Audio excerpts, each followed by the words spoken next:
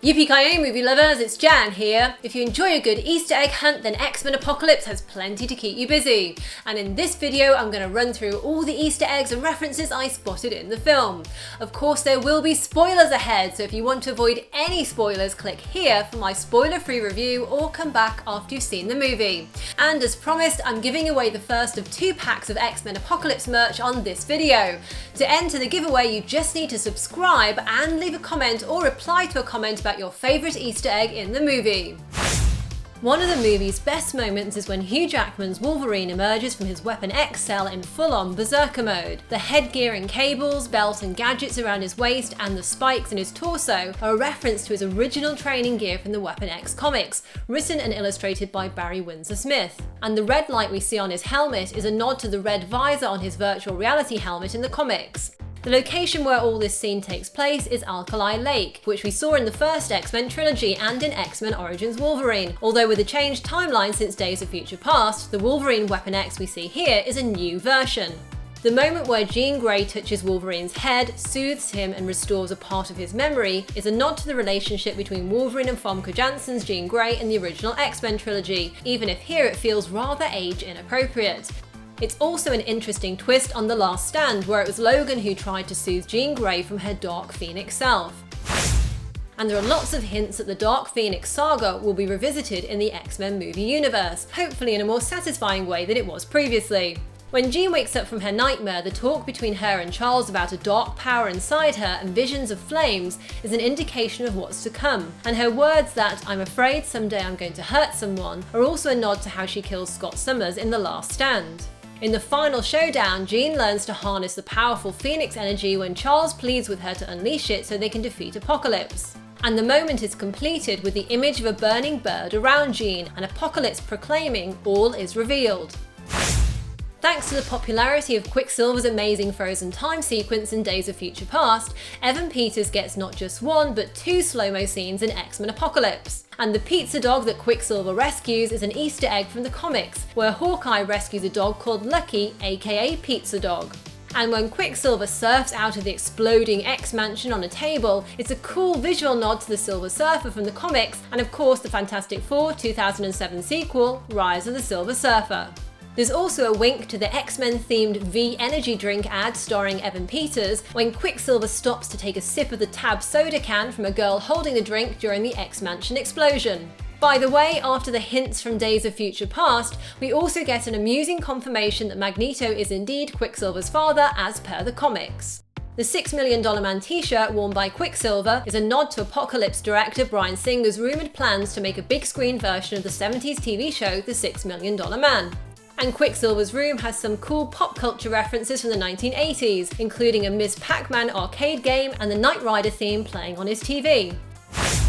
BLOB from X-Men Origins Wolverine makes a brief appearance as the opponent Angel knocks out before Nightcrawler is brought into the mutant cage fight. This scene's also a callback to our first introduction to Wolverine in the very first X-Men movie, when he's cage fighting in a bar. By the way, in a deleted scene from X-Men Origins Wolverine, it was heavily implied that BLOB was killed, but in the movie's new timeline, BLOB, although unconscious, seems to be alive. There's a reference to Nightcrawler's comic book and X-Men 2 Origins in the circus when he's introduced at the cage fight. The fact that it's Raven, aka Mystique, who rescues Nightcrawler in East Berlin is also a shout out to their history in the comic books, where Mystique is actually Nightcrawler's mother and his father is Azazel. When the cage fight announcer introduces Angel as the Angel of Death, it not only foreshadows his becoming Apocalypse's Horseman Death in this film, but it's also a reference to the same thing happening in the comics. In the movie, like in the comics, Apocalypse also transforms Angel into Archangel, pushing him through a painful process of shedding his old feather wings and growing new metal ones that can shoot metal feathers like knives. By the way, the track that plays during this scene is, appropriately enough, heavy metal band Metallica's The Four Horsemen. The underground business that the mutant CALIBAN runs in the movie is a nod to the time he spent in the comics with the underground mutant community, the Morlocks. In the comics, CALIBAN has the power to sense and track where other mutants are within a certain distance, and in this film his job is to track down mutants for the right price. The comic book CALIBAN becomes Apocalypse's horseman Pestilence, but in the movie it's his henchwoman Psylocke who takes on this role. Psylocke has a rather limited role in X-Men Apocalypse, but she still gets a number of nods to her comic book characteristics. She gets a comic book faithful, albeit impractical, costume and a pair of pink telekinetic katanas, which she can slice through just about anything with, including, as we see in this movie, a car. Magneto's story of trying to live with his family among ordinary people in Eastern Europe is based on a similar storyline from the X-Men comics, where he lives with a Romany woman called Magda. In the comics they have a daughter called Anya, rather than Nina as she's called in the movie. Similar to the film, tragedy befalls Magneto when his daughter dies in a fire. When police prevent Magneto from going in to save Anya, he lashes out and kills them all, as he does in the movie. Comic book Magneto also loses his wife Magda when she flees afraid of what he's become. By the way, in the comics, Magda later gives birth to Magneto's children, Wanda and Pietro, aka Scarlet Witch and Quicksilver. In the movie, during his time in Poland, Magneto takes on the alias Henrik, which is a nod to when he changed his name in the comics to Eric Lenscher, which is of course the name he goes by in the X-Men movie universe. Magneto's daughter Nina's ability to communicate telepathically with animals, such as the deer we see by the house, or the bird she uses to attack the police, is a reference to the comic book mutant Lin Lee, aka Nature Girl, who has antlers on her head and who can bond with and control animals. At the end of the movie, Cyclops gets a new visor and an iconic costume, complete with shoulder straps similar to the JUBILEE design in the 1990s comics. The argument the school jock has with Scott about having his eyes on his girl is a little inside joke to the rivalry between James Marsden's Cyclops and Wolverine over Scott's girlfriend Jean Grey in the original X-Men movie trilogy. The jacket Scott Summers' bully at school wears has the words Wedgwood Pirate on the back, possibly a wink to the space pirate Corsair, who's Scott's father in the comics, especially as Scott says that his bully looks old enough to be the father of their female classmate. Storm's mohawk matches the hairstyle makeover she got in the 1983 comic Uncanny X-Men number 173.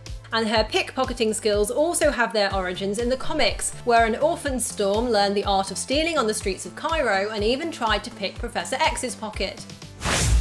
Mystique gets a new sleeveless white costume by the end of the movie, in reference to her classic white outfits from the comics. Also at the end of the movie, Mystique is clearly training the new team in Professor X's Danger Room. There's a tease of the classic X-Men robot foes, the Sentinels, as they march into the Danger Room for training. We last saw the Sentinels in Days of Future Past, but the X-Men also previously trained against the simulated Sentinel at the beginning of X-Men Last Stand. Although it feels like Jubilee's role was cut down in the final edit, her character does get a nice little Easter egg to her comic book origin when she visits the shopping mall with Scott, Jean and Nightcrawler. In the comics, Jubilee runs away from an orphanage and hides out in a shopping mall, discovering her mutant powers while trying to get away from a security guard. When everyone wakes up at the X mansion during Jean's nightmare, Professor X tells several young mutants to return to their rooms, referencing Mary Poppins when he says "spit spot, back to bed."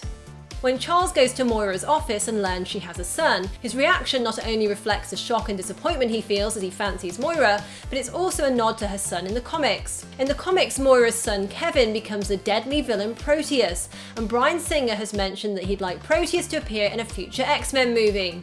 The scene also alludes to Charles and Moira's romantic relationship in the comics and their kiss at the end of First Class. When Charles battles Apocalypse, the stress of using his powers causes him to lose his hair, which in the comics happens in his teens, again as a result of his mutant powers. And the way Apocalypse grows in size as he and Charles fight each other is a nod to his giant size in the comics and how he's able to change his size there. The opening scene where Apocalypse is trapped in a collapsing pyramid is an homage to the 1955 movie Land of the Pharaohs, in which the villainous princess played by Joan Collins is deliberately trapped inside the pharaoh's tomb by a huge stone. Magneto's words to Charles that, "Doesn't it ever wake you up in the middle of the night, the feeling that someday they'll come for you and your children?" and Charles's reply that, "I feel a great swell of pity for the poor soul that comes to my school looking for trouble," are almost a direct echo of what Magneto and Charles said to each other at the very end of the first X-Men movie. And there's a callback to X-Men 2 when Professor X reads from T.H. White's novel The Once and Future King at the X Mansion. At the end of the second X-Men film, Charles asked his students if they'd ever read the book, and earlier in the film, Magneto was reading it while he was imprisoned in his plastic cell. The book also makes a number of appearances in the X-Men comics. For example, in Extinction Agenda, it's said to be Professor X's favourite book. In X-Men Apocalypse, Charles actually quotes from the Once and Future King that the past must be obliterated and a new start made. Let us now start fresh without remembrance, rather than live forward and backward at the same time, which is an inside joke that pokes fun at the confusing and oftentimes inconsistent timeline of the X-Men movie franchise, as well as being a clear reference to Days of Future Past in particular. There's also a funny moment when Charles says about Moira that she looks like she's barely aged a day, which again is the filmmakers poking fun at the franchise's inconsistencies, as actress Rose Byrne, who plays Moira, certainly doesn't look 20 years older than she did in First Class, the events of which took place 2 decades before this movie. And there's another joke about the X-Men franchise when Jubilee, Jean Grey, Cyclops and Nightcrawler exit the movie theatre having just seen Return of the Jedi. When Jean says we can all agree that the third one is the worst, it's a joke by writer Simon Kinberg that The Last Stand, which he also wrote, is generally considered to be the worst movie in the first X-Men trilogy. Bryan Singer is a huge Star Trek fan, and building on the Star Trek reference in Days of Future Past, the 1967 Star Trek episode Who Mourns for Adonais plays in the background on the TV at Storm's house in Cairo after she brings Apocalypse back to her home. The god Apollo, who appears in the episode, shares a similarity with Apocalypse, calling the members of the Enterprise his children, and later also growing to a gigantic size just like Apocalypse does.